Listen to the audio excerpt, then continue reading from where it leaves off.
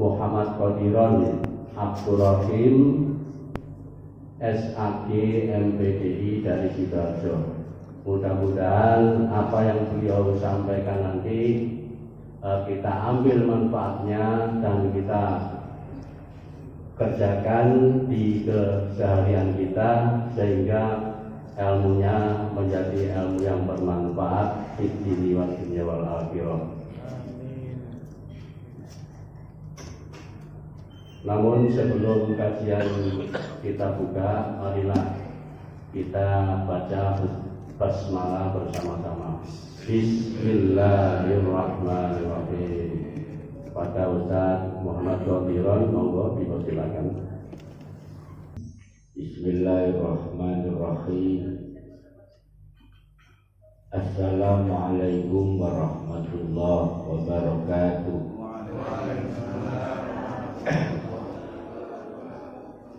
Alhamdulillah summa alhamdulillah alladzi allafa baina qulubikum fa asbahtum bi ni'matihi ikhwana. Asyhadu an la ilaha illallah wahdahu la syarikalah wa asyhadu anna Muhammadan abduhu wa rasuluh. Allahumma salli ala Muhammad wa ala alihi wa sahbihi wa sallim ajma'in. Amma ba'du. Subhanaka la ilma lana illa ma 'allamtana innaka antal alimul hakim. Allahumma inna nas'aluka al-huda wa tuqa wal afafa wal ghina. Allahumma inna nas'aluka 'ilman nafi'a wa rizqan thayyiban wa amalan mutaqabbalan. Para jemaah rahimakumullah, Bapak Ibu saudara-saudara, kita lanjutkan kajian kita.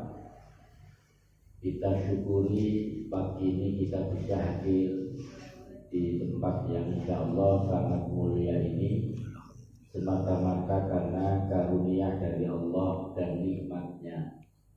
Pertama, nikmat iman. Kalau nggak ada dorongan iman mungkin lebih baik duduk di rumah. Jam sekian ini enak duduk. Yang kedua, karena kita diberi sehat oleh Allah, sehingga bisa hadir, duduk, bertahan minimal 45 menit. Saya juga sehat naik sepeda motor dari Sidoarjo ke sini sendirian, tidak ada yang mendampingi tanpa kekasih. Ya, karena saya harus ada acara di daerah Sidoarjo sehingga harus nambang kali jika lebih cepat kalau naik sepeda. Waduh, dan tidak berangkat sampai sini target. Baik, tema kita pada pagi hari ini kalau boleh diberi judul Perbarilah Hidupmu. Saya melakukan tadabbur, istilahnya tadabbur Al-Quran surat Al-Hasr surat 59 ayat 18. Mendekati pemahaman terhadap Al-Quran itu ada 3 level. Pertama qiraah, kedua tilawah, ketiga tadabbur. Kalau qiraah itu begini: ya ayyuhalladzina amanu taqullah wal tanzur nafsum ma qaddamat lighad wattaqullah innallaha khabirum bima ta'malun. Sudah selesai, tidak punya kesan apa-apa, pokoknya itu dibunyikan, selesai. Wah, ini perangnya, ini ayatnya, itu namanya qiraah. Tapi kalau begini, ya ayyuhalladzina amanu taqullah, hai orang-orang yang beriman, bertakwalah kepada Allah. Wal tanzur nafsum ma qaddamat lighad, dan hendaklah setiap diri memperhatikan apa yang disiapkan untuk hari esok.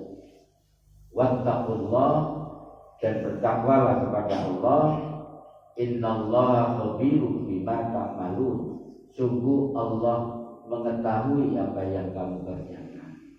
Oh, jangan berarti kita ini disuruh mempersiapkan hari ini untuk hari esok. Nah ini tilawah namanya.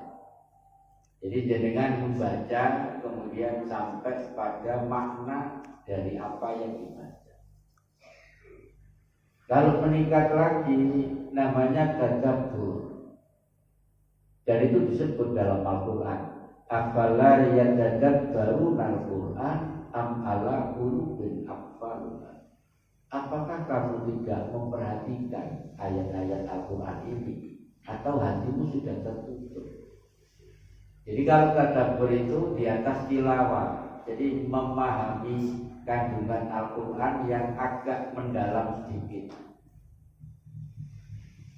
Kalau lebih mendalam lagi, ya dikuasai mulai bahasa Arabnya, ulumul Qur'annya. Apakah ayat ini am atau khas, umum atau khusus? Apakah ini ada nasakh dan mansukh? Apakah ayat ini makkiyah, madaniyah, konteks dengan setting sosialnya gimana? Itu lebih mendalami lagi. Nah, saya akan kulitnya saja dari ayat ini. Mudah-mudahan menjadi pelajaran kita nanti mendapatkan syafaat dari Al-Quran. Amin. Nanti disebut syafaat oleh Pak Bambang tadi ya. Baik, para jamaah sekalian, dari baris yang kedua itu kan bunyinya wal tanzur nafsum ma qaddamat lihat. Artinya kita diminta, disuruh oleh Allah untuk menyiapkan hari ini untuk masa depan. Lah masa depan itu ada dua. Kalau masa depan yang kita lalui, yang kita persiapkan hari ini, itu ada masa depan jangka pendek, yaitu kehidupan besok di dunia setelah sekarang ini. Makanya ada ayat wabtaghi fima atakallahu ad-darul akhirah wala tansa nasibaka minad dunya. Dan carilah bekal untuk kehidupan akhiratmu, tapi jangan lupakan bagianmu di dunia. Jadi di dunia juga harus sukses gitu ya. Akhirat is okay, memang kita persiapkan, tapi dunia juga harus sukses. Masa depan kita, masa depan anak kita, masa depan umat ini harus sukses. Tapi kalau dulu jenengan kenal ya Ustadz Abdul Rahim Nur, ada yang kenal? Oh gak kenal dari sama. Jadi pimpinan wilayah Muhammadiyah waktu itu dosen saya di IAIN. Sebelum Pak Umromi datang, ya taruhlah ahli tafsir dari Al-Azhar ya beliau ya. Dan baru ngaji mendalam banget itu. Saya mahasiswanya tapi juga ngaji di porong sana, ditulis di papan ayat itu 2 ayat 1 ayat. Bahkan 1 ayat itu bisa dijelaskan 1 jam 2 jam.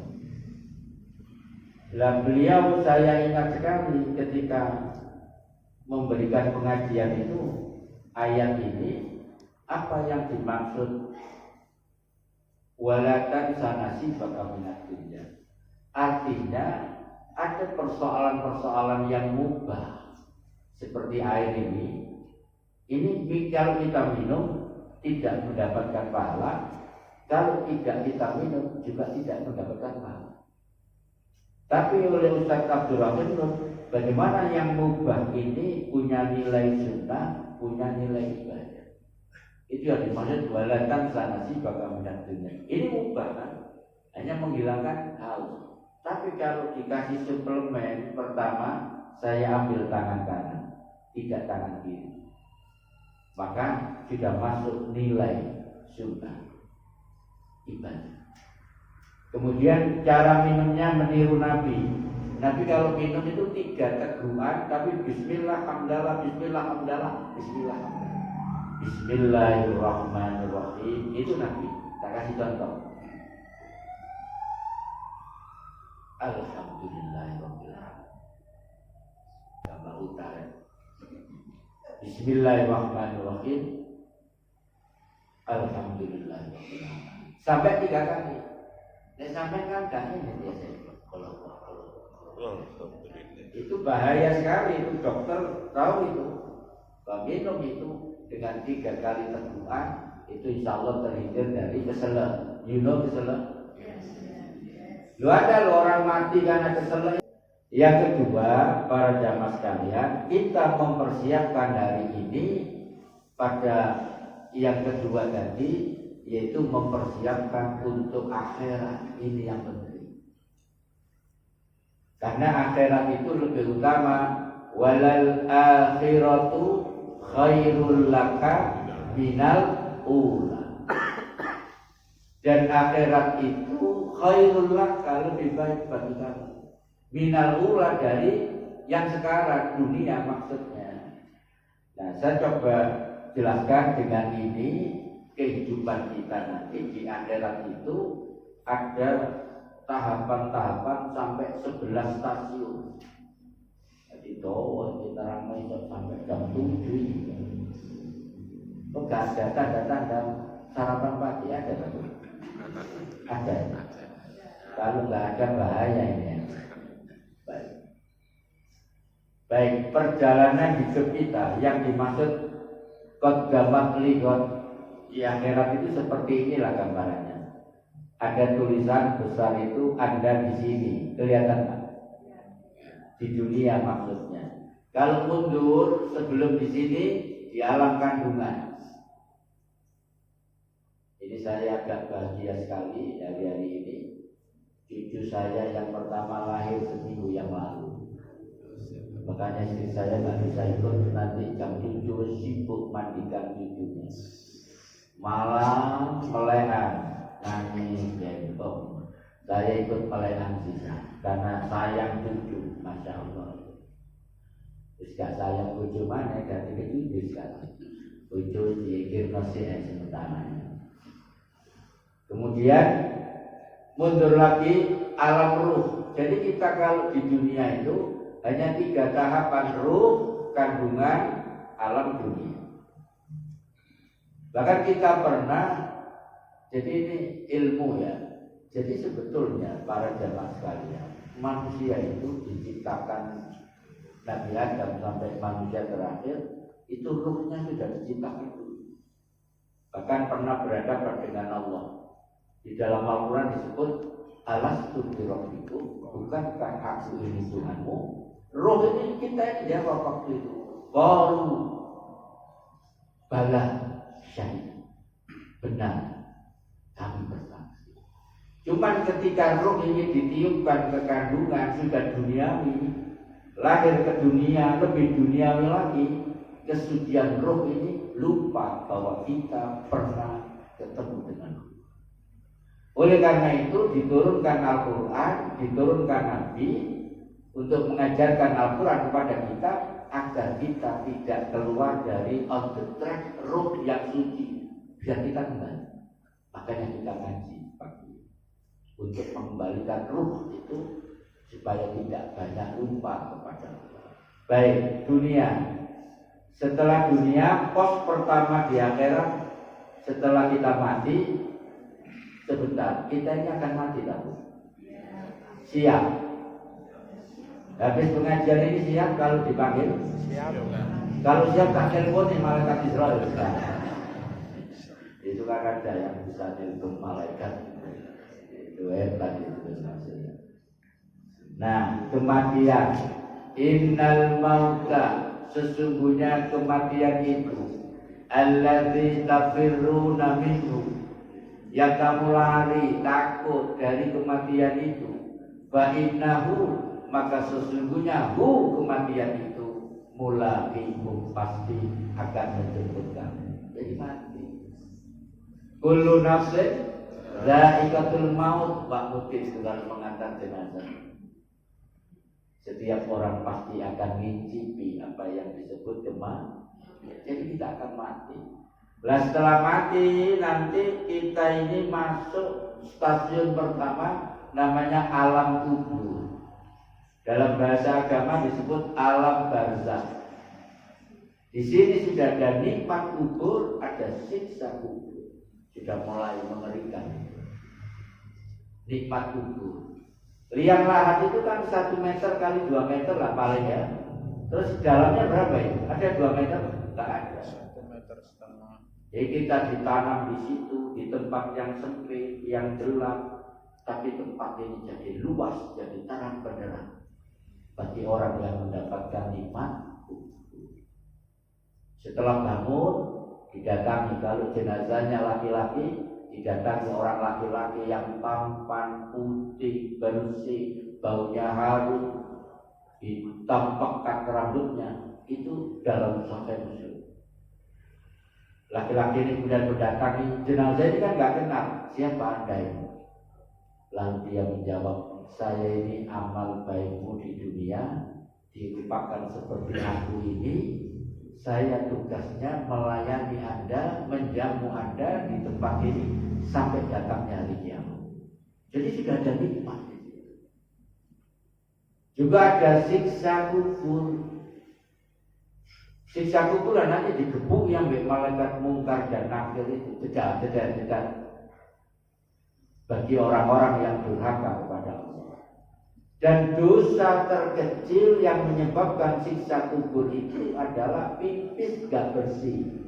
Makanya hati-hati kalau kita mendesain toilet di masjid, karena orang yang pipis muncrat itu menyebabkan siksa kubur. Padahal sekarang masjid-masjid itu semua rata-rata didesain kencing berdiri. Padahal Nabi tidak pernah kencing berdiri, kecuali 1 kali. Ketika musafir di tengah padang pasir bersama Ibnu Umar. Ibnu Umar menjadi penghalang Nabi pipis. Karena nggak ada air di situ, maka istinjanya pakai batu. Itu kalau kita bicara hukum Islam, batu itu tidak bisa diganti dengan tisu, walaupun lebih bersih. Tisu tidak mensucikan, tapi batu mensucikan. Itu kalau diteliti, ada kandungan apa batu itu sehingga mensucikan, tidak bisa digantikan dengan batu. Itu sampai hikmah di balik syariat Islam itu, kenapa babi itu diharamkan? Bukan hanya karena ada cacing hitam. Itu nanti lah, kapan-kapan. Di alam kubur ada siksa kubur. Kemudian stasiun yang kedua, saat itu ada malaikat Israfil yang meniupkan sangkakala yang pertama. Maka alam ini jadi hancur semua. Itulah yaumul qiyamah. Mengerikan Pak ini kalau diceritakan. Al-Qari'ah. Surat apa itu Pak? Al-Qari'ah. Hari kiamat. Itu judulnya. Mal-Qari'ah. Apakah hari kiamat itu? Yauma yakunun nasu kal farasil mabsus. Manusia saat itu seperti aneh-aneh yang keterbangan, kayak gagak diberi. Semuanya disibukkan oleh kejadian yang tidak pernah dialaminya. Sampai digambarkan dalam sebuah riwayat, orang yang hamil itu bisa langsung ke kuburan. Suami lupa, istri lupa. Bahkan anak lupa orang tuanya. Semuanya ingin selamat sendiri-sendiri karena disibukkan oleh situasi yang luar biasa, yang tidak pernah disaksikan, tidak pernah dilihat. Menggemparkan kira-kira. Wa takunul jibalu kal indil mampu. Dan gunung-gunung berhamburan seperti kapas yang diterbangkan. Gimana Pak kira-kira mengalami situasi seperti itu? Itu hari kiamat atau hari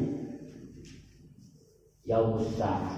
Nah kemudian sangkakala yang kedua ditiup, maka manusia ini bangkit. Tadi hancur semua rata dengan tanah, kemudian manusia ini tumbuh. Dan tumbuhnya manusia nanti di akhirat itu seperti pohon yang disiram air kemudian tumbuh.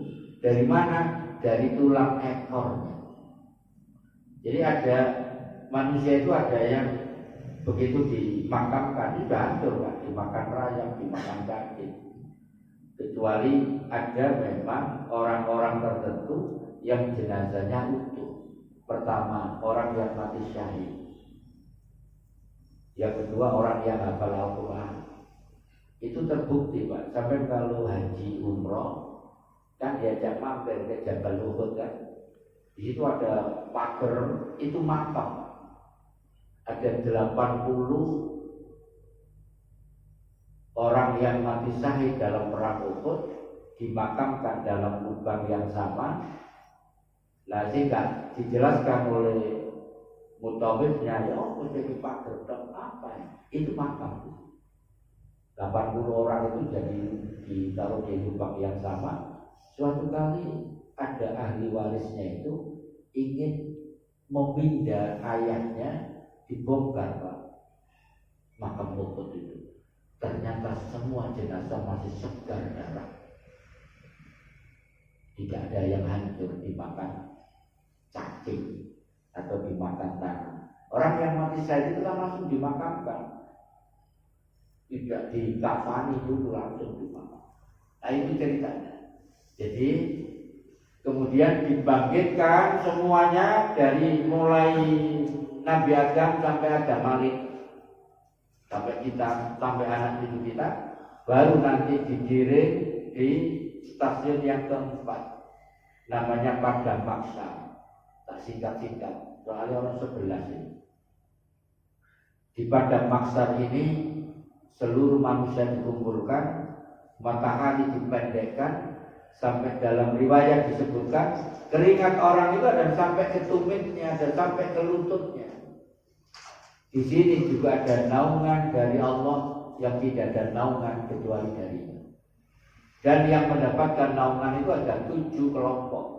Ini tidak cukup waktunya kalau dijelaskan. Tapi yang pertama saja bocorannya, imamun adil, pemimpin yang adil, itu dapat naungan di Padang Maksar. Kullukum ra'in wa kullukum mas'ulin an ra'iyatihi.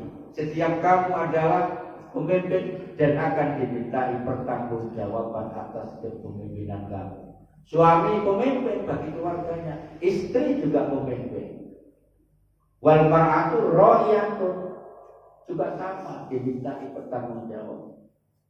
Makanya jadi suami ya gak enak Pak. Ya enak-enak ya gak enak. Karena kalau kita tidak bisa berlaku adil ya disiksa. Terutama kalau nggak bisa adil, punya istri lebih dari 1. Makanya saya nggak berani. Jadi suami yang istrinya 2 atau 3, kalau nggak adil nanti di akhirat undak itu kursi. Kan nggak enak Pak undak itu kursi.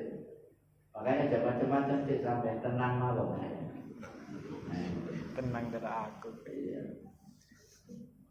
Saya itu punya kawan ya dekat-dekat sini rumahnya. Istrinya 2. Di Surabaya pegawai negeri, di Kediri juga pegawai negeri. Jadi enak deh. Dia sendiri pegawai negeri. Saya kalau guyon sampai menikmati ini nggak mau jeger bapak lu. Lu kok bisa? Di tengah-tengah Kediri sampai Surabaya Pak. Jadi riwah ini sekarang sudah sakit-sakitan, sudah kok gak dikumpulkan saja. Jadi 20 tahun itu sini punya anak 4, anak punya anak 3, 20 tahun itu gak pernah ketemu istrinya ini. Ini kan bahaya. Saya yang temukan. Tak temuk istri pertama kedua, mencekam, mau menengah kan itu ngomong berat. Aku kompeten diri. Bukan malam petaka ya. Hanya sekarang agak rukun karena suaminya ada tanda-tanda menikah yang ketiga. Jadi kalau ingin merukunkan istri pertama kedua itu sampai nikah yang ketiga itulah rukun, kompak untuk melawan yang ketiga. Itu ada sinetron judulnya Al-Fadl. Ada yang lihat? Bisa melihat bagaimana seorang pengusaha konglomerat punya istri sampai 4 kali tapi anak sukses. Nah, ngono nek iso. Lapa aku cerita ini barang ini. Kemudian setelah pada masa ada space waktu, ini tadi menggarisbawahi Pak Bambang tadi yang bicara, ada space waktu orang yang beriman itu mendapat syafaat. Jadi perlu saya jelaskan yang proporsional. Karena kalau bicara syafaat itu, nek orang-orang Muhammadiyah itu gak pakai ngereden syafaat itu. Wis pede masuk surga kabeh. Tapi orang NU itu sangat ini kepada syafaat. Jadi gimana sih proporsionalnya syafaat itu? Mahwal syafaat, apa sih syafaat itu? Coba jelas. Syafaat itu begini Pak gambarannya. Jadi ada orang masuk surga itu kira-kira tiketnya 10 syaratnya. Tapi dia di depan pintu cek duwe 8 kurang 2, duwe 7 kurang 3. Maka kekurangan syarat masuk surga itu bisa ditutup dengan syafaat. Sehingga syafaat itu bisa diberi makna menggenapkan kekurangannya itu. Understand? Nah, syafaat itu ada 5 yang bisa menggenapkan kekurangan. Ini masuk surga kok kurang digenapkan dengan 5 item. 1, siapa yang bisa memberi syafaat? Amal baik kita sendiri. Itu pertama. Makanya dalam Al-Quran kan ada yauma la yanfa'u malun wala banun illa man atallaha biqalbin salim.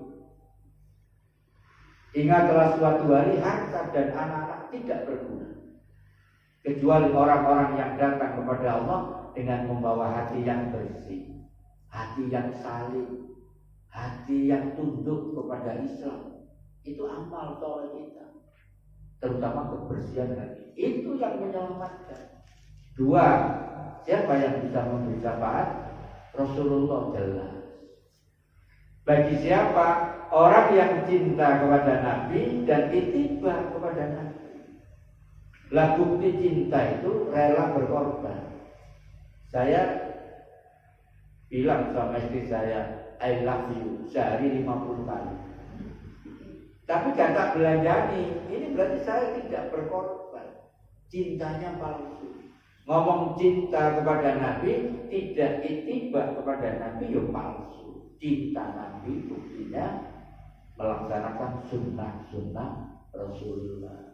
Hanya memperingati maulid setahun sekali sudah didefinisikan cinta Nabi belum. Itu kalau berjalan cepat seperti turun dari bukit.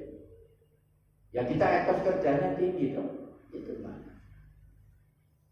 Nabi itu kalau ketemu istrinya nggak ada makanan puasa. Kita puasa dong kalau. Ya sekali-sekali jadi masak mampu niru Nabi tak? Masak apa? Tidak masak. Iya saya tak puasa. Wah hebat itu nek ngene. Gak masak? Enggak. Kurang tak boleh. Nah, itu gak sunnah Nabi. Yang ketiga itu yang bisa memberi syafaat itu bacaan Al-Quran kita. Iqra'ul Quran, bacalah Al-Quran. Fa'innahu, maka sesungguhnya Al-Quran itu ya'ti yaumal qiyamah, akan datang pada hari kiamat, syafi'an li ashabihi, memberi syafaat kepada yang membacanya. Ini yang dimaksud Al-Quran yang bisa memberi syafaat itu adalah surat Al-Mulk juz 29 yang kita baca setiap malam sebelum tidur. Itu maksudnya. Jadi kalau jangan sebelum tidur baca tabarok itu. Tabarakalladzi biyadihil mulku wa huwa ala kulli syai'in qadir. Jumlah ayatnya 30 kalau kita baca tiap malam 2 bulan bisa apa? Nanti dibaca sama istri pas dulu. Kita bikin romantis dengan baca Al-Quran. Ojo langsung berlepok. Sehingga tidur itu tidak sederhana kalau kita ingin husnul khotimah. Ini saya mau bikin namanya pesantren husnul khotimah. Jadi ibu bapak yang tua-tua yang sudah dekat mati itu bisa ikut nginep nanti sehari semalam bagaimana kiat-kiat meraih husnul khotimah. Nah, tidur itu gak sederhana. Pertama kalau bisa bersuci, berwudu. Yang kedua al-mulk sebelum tidur.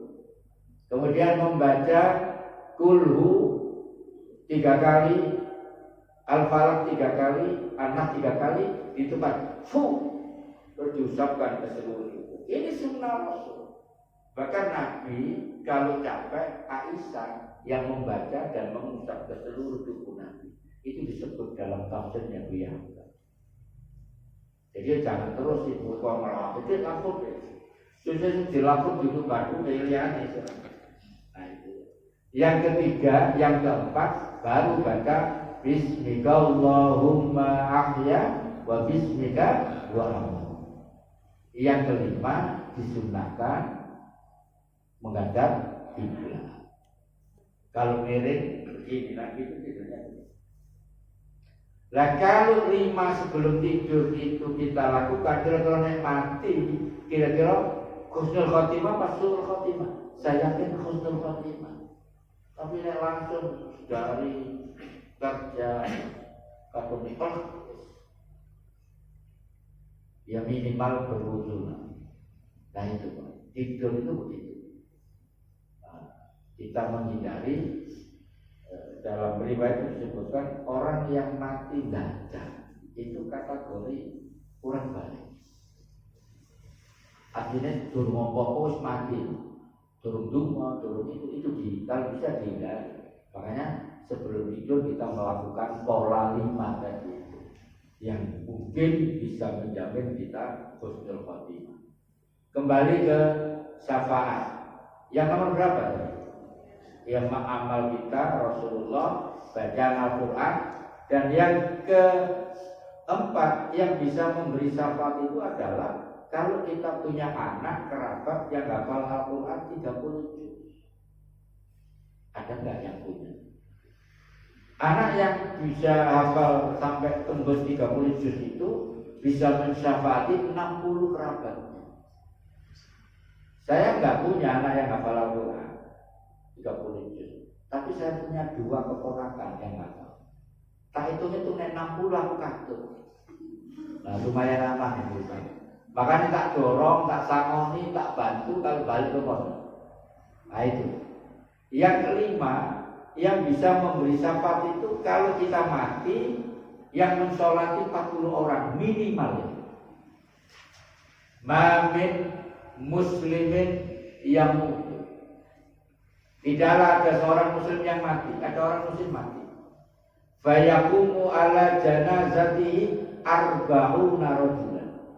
Kemudian mayit ini disolati oleh 40 orang minimal. Ini gak sembarangan.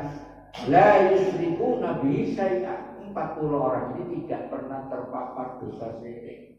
Imannya sikoh 24 karat. Illa syafallahu fi, kata Nabi. Kecuali orang ini, 40 orang ini diterima syafaatnya untuk jenazah yang disolati. Artinya doanya diterima. Yang menjamin orang yang disolati 40 orang tidak terpapar dosa syirik itu masuk surga. Nah disinilah pentingnya teman. Ini ada 40 orang lebih. Ini kan ngaji semua, soleh semua, kan siko semua. Pastikan sampai minta perjanjian di atas materai menit, kan sholat aku loh, aku mati ya, menit sholat aku. Karena kalau tidak, saya ngalami bertahun-tahun ngelola masjid Citra Harmoni. Karena 60% non muslim, 40% muslim, itu pun tidak kenal tetangga satu dengan yang nggak ada tetangga itu. Perumahan Ciputra itu kan diciptakan individualistik sampai kapan loh Ciputra sampai kapan kenal, sehingga kalau mati nggak datang walaupun mepet. Nah, karena saya yang ngelola masjid itu diminta tolong. Kalau mati itu 7-9 tetap yang mensolat. Akhirnya lama-lama diimpor dari kampung, minta yang takziah dari kampung. Terus ada yang minta tahlilan, Pak Ustadz bisa diusahakan. Ada yang memimpin tahlil 7 hari. Cuma aku gak iso, kok iso orang pesan duit. Samunya ada. Saya gak bisa Pak, tak carikan model di kampung ya.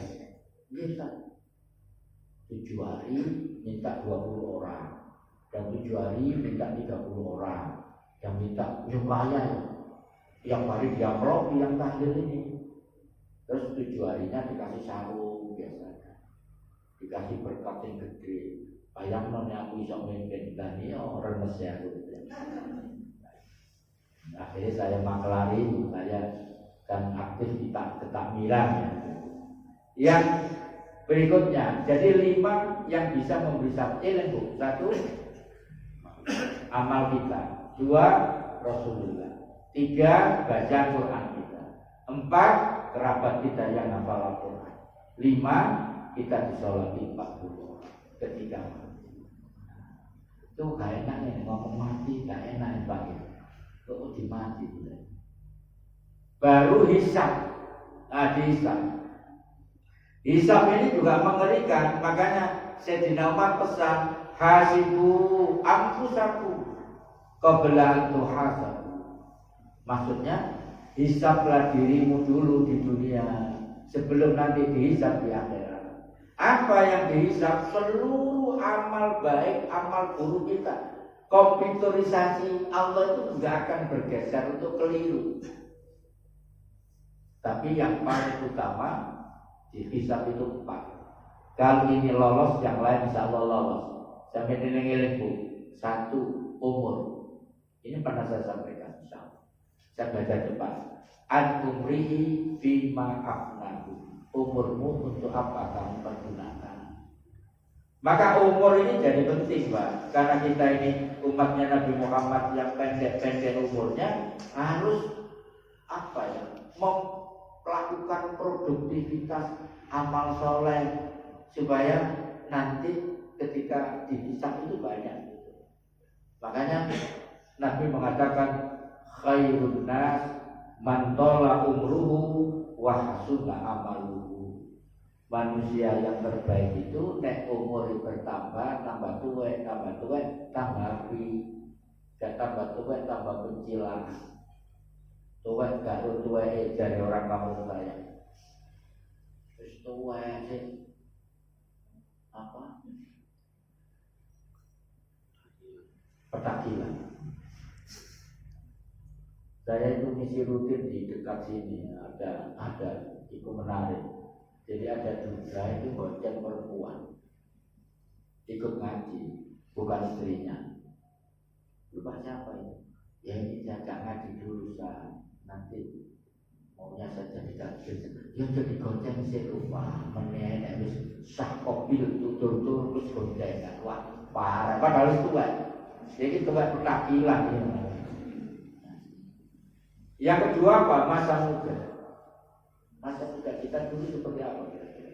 Wan sababi bima belau. Masa mudamu untuk apa kamu habiskan? Biar sampai pas ngapancet sampai bapaknya rara sampai ngeleng. Yang gelusuk-gelusuk gak air panas itu. Misal, karena sekarang pancet itu dari daerah maksiat, arah Cangar itu. Karena ada peneliti dari SPMA itu, ada LSM. SPMA itu pondok di Lamongan, tapi anak-anak kiainya itu LSM.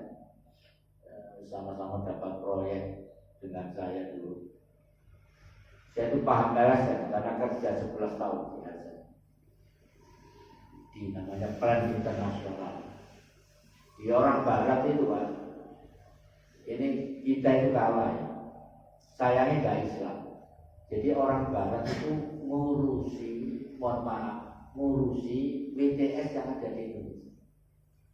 Jadi WTS itu semua dianggarkan dananya kerjasama dengan dinas kesehatan. setiap 3 bulan dicek Pak. WTS loh ini. Dicek di seluruh Jawa Timur, seluruh Indonesia dicek. Ini ada aibnya. Kalau sudah boleh praktek. Nanti 3 bulan dicek lagi. Jangan praktek dulu 2 bulan. Kamu masih ada indikasi ini. Lalu itu diurusin tapi dijaga. Sayang, mereka punya duit untuk ngurusi para WTS itu supaya kena aib, tapi sayangnya dia itu dibiarkan untuk tetap melakukan perbuatan itu. Itu bedanya mereka infak tapi tidak berdakwah. Sayang. Nah, saya itu ngelola, jadi anak-anak miskin di Indonesia itu dicantolkan ke donatur di barat, Swedia, Belgia, Eropa yang banyak. Bapak Aso ini ingin punya anak berapa? Dan 10 ada yang 5. Tugas saya itu karya tulis anak ini diterjemahkan dalam bahasa Inggris, dikirim ke bapak. Itu diurusi. Kelas internasional ini ngurusi orang Sidotopo yang tidak mau beton di WC, yang di sungai yang baru. Itu semua didata dibangunkan WC supaya tidak beol di sungai. Lu itu orang barat ngurusi orang di Indonesia kayak mulai pelaponisasi daerah Tumbanan, daerah Surabaya yang tertinggal itu termasuk daerah Tumbanan. Kalau sini Bangkingan itu masuk proyek. Lu orang barat datang ke situ ngasih dana, bagaimana orang itu dipelapor rumah. Ini kan gak mikir sejauh itu. Nah, saya pelaksana proyeknya 11 tahun saya kerja. Bayarannya ada Pak, ya lumayan. Terus yang ketiga, apa yang dihisap? Ini banyak yang tidak lolos Pak, hati-hati ini. Apa yang dihisap? Yang ketiga, harta kita. Ini hitungan tajam yang paling bahaya. An malihi, dari hartanya. Min aina iktasabahu, dari mana dia memperolehnya. Wa fi ma anfaqahu, dan untuk apa dibelanjakan. Kemarin waktu Mulyono pulang perpisahan dari Jakarta ke Solo, naik pesawat kemudian dikawal oleh jet tempur, itu kira-kira habis dana 350 miliar. Mulai itu luar biasa. Kayak gini dihisap kira-kira yang apa? Makanya ada hikmahnya, kita ditakdirkan Allah seperti sekarang ini. Ya sugih nemen ya enggak, melarat ya enggak, kita syukuri.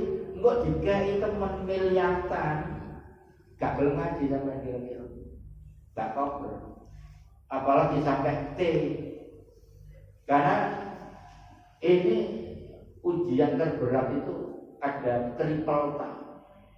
Makanya Imaduddin Abdul Rahim itu menulis buku Kuliah Tauhid, bab yang paling bagus itu Tuhan triple tak. Ini yang banyak menggelintirkan orang. Triple tak itu harta, tahta, wanita. Diuji harta lulus tahta lulus wanita. Maka wanita itu bisa menjadi sumber fitnah kalau kita tidak hati-hati.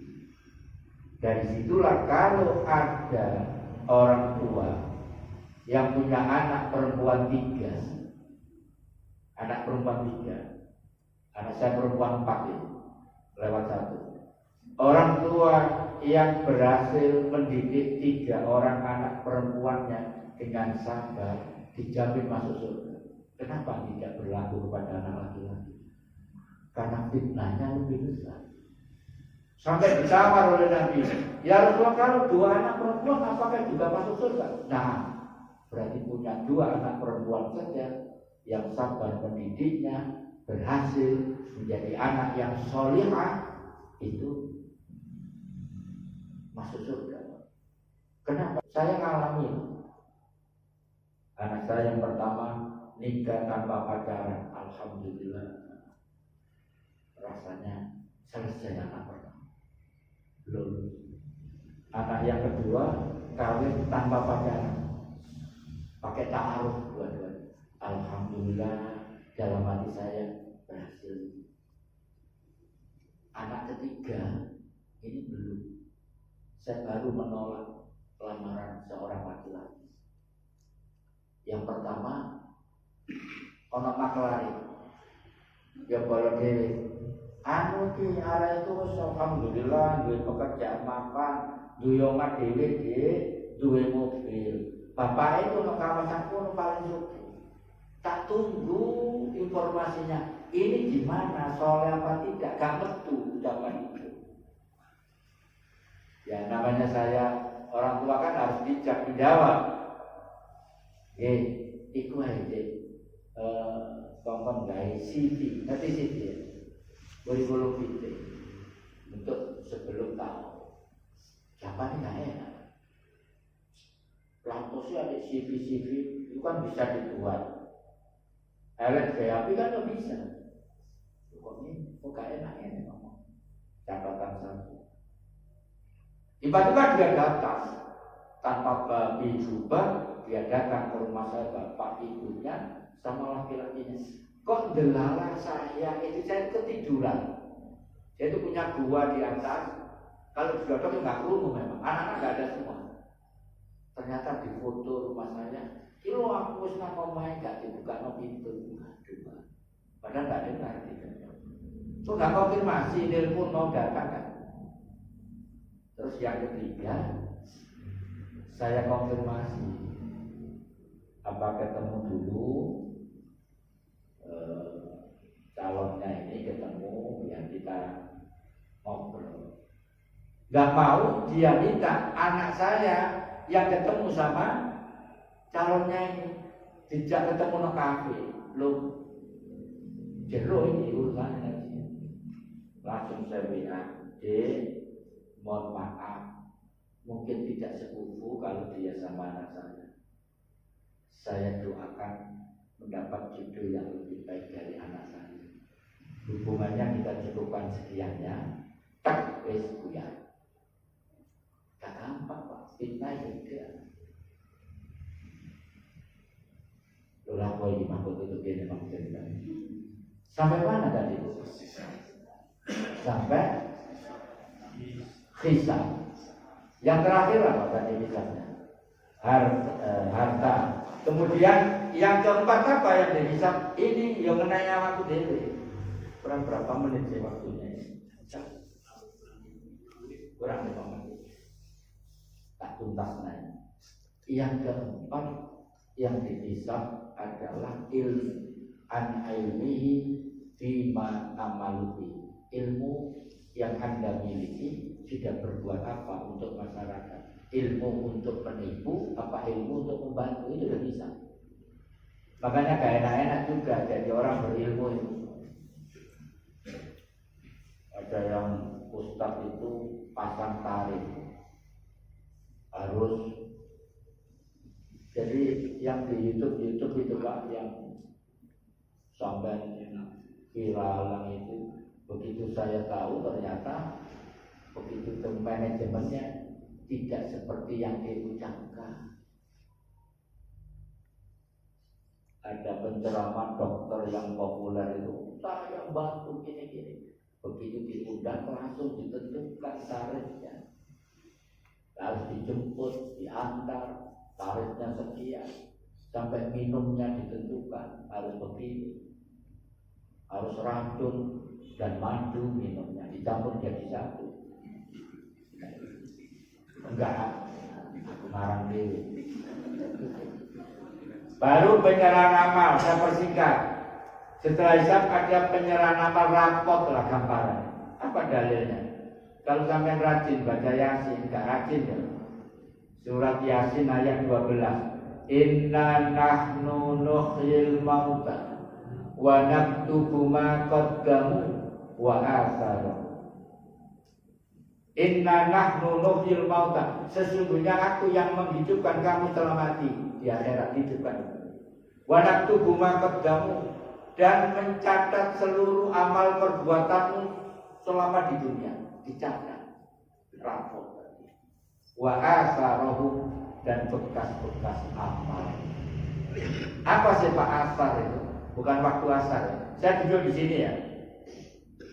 Kalau saya ikhlas detik ini menyampaikan agama ini, maka asar bekas duduk saya nanti meringankan beban saya di akhirat. Jadi dengan semua ini, sampai duduk itu ada bekas amalnya. Sampai pernah nggak lihat orang sholat jamaah, begitu sholat sunnah pindah sholat sunnahnya? Pernah nggak? Nah itu supaya asarnya banyak di sini, di sini, di sini, ngaji di sana, infak di sana, berbuat baik di sana. Sehingga kita ini harus mengumpulkan bekas-bekas amal yang nanti meringankan beban kita di akhirat. Ketika dikasih catatan, biru kan dengan mesin merah belas 8, 9, 10, 8, 9, 10 dan mesin 15. Yang kita bayangkan seperti itu nanti catatan amal. Baru nanti mizan itu timbangan. Amal kita ditimbang. Lah ditimbang ini nanti kalau orang kafir juga nggak ditimbang sudah. Lah orang iman itu ditimbang amalnya nanti ada 3 kelompok ketika ditimbang. Yang pertama zalimul nafsi. Orang yang menzalimi diri sendiri itu amal baiknya 100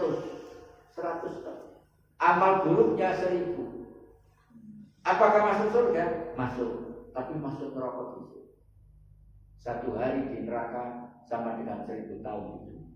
Ditimbang lagi kelompok kedua, ada yang muktasid, amal baiknya 500, amal buruknya 500. Apakah masuk surga? Masuk, tapi dibakar dulu, ngentekno 500 juta. Yang ketiga disebut sabiqun bil khairat. Ini kira-kira secara matematik amal baiknya 1000, amal buruknya 100. 100 amal buruknya itu nanti digesek sama 1000 hilang. Itu namanya innal hasanati yudhibnas sayyi'at. Sesungguhnya perbuatan baik itu bisa menutupi perbuatan buruk. Mudah-mudahan jenengan semua ini sabiqun bil khairat. Mizan. Baru nanti telaga Rasulullah, telaga Al-Kautsar namanya. Di situ ada madu, di situ ada susu, di situ ada air murni. Diminum 1 tegukan tidak akan haus selama-lamanya. Dan yang mendapatkan fasilitas minum di sini orang beriman dan bertakwa, orang kafir no. Baru terakhir sirat. Sirat ini sampai ada filmnya. Dari naskahnya Buya Hamka, rambut dibelah 7. Maksudnya sirat yang dilewati nanti itu kecilnya seperti rambut dibelah 7, landepnya kayak silet. Gimana ini? Maka ketika ada orang yang melewati ini, kalau dia jatuh, maka fujuroha, jalannya neraka. Tapi kalau lolos orang beriman, maka watakwaha jurusan surga. Itu terakhir skenario kehidupan kita di akhirat seperti itu. Lah hari ini kita disuruh mempersiapkan qaddamat liqad. Maka sisa umur kita ini para jamaah kita pakai untuk mempersiapkan. Ini baru pengantarnya karena waktunya terbatas. Kalau ada waktu lagi ya ini masih sekian. Satu sesi lagi. Saya pikir ini para jamaah mudah-mudahan kehadiran kita diridhai oleh Allah. Mari kita ada pertanyaan, enggak usah. Ada? Enggak. Disuruh ya dari mana? Ada sedikit itu. Itu sirat itu kan rambut 1 dibelah jadi 7. Tajma kayak silet. Itu dalam arti kalau dalam kita ini perjalanan hidup di dunia ini merupakan apa? Merupakan kita nekah hati-hatian apa ya apa? Ya. Menghadapi hidup ini. Ya, itu metafor maknanya. Mana bukan makna sebenarnya. Kalau makna letter-letternya kan nggak mungkin. Tapi orang bertakwa diselamatkan dari ujian sirot. Orang yang durhaka tidak bisa selamat dari ujian sirot, akan keceplok. Itu maksudnya gitu. Jadi bayangkan buat ya apa itu buat ini. Makanya itu kan sanepan saya. Insya Allah nih sampean ngaji terus lolos sirot. Baik, kita tutup dengan doa kafaratul majelis. Subhanallahumma wa bihamdik asyhadu an la ilaha illa anta astaghfiruka wa atubu ilaik. Assalamualaikum warahmatullahi wabarakatuh.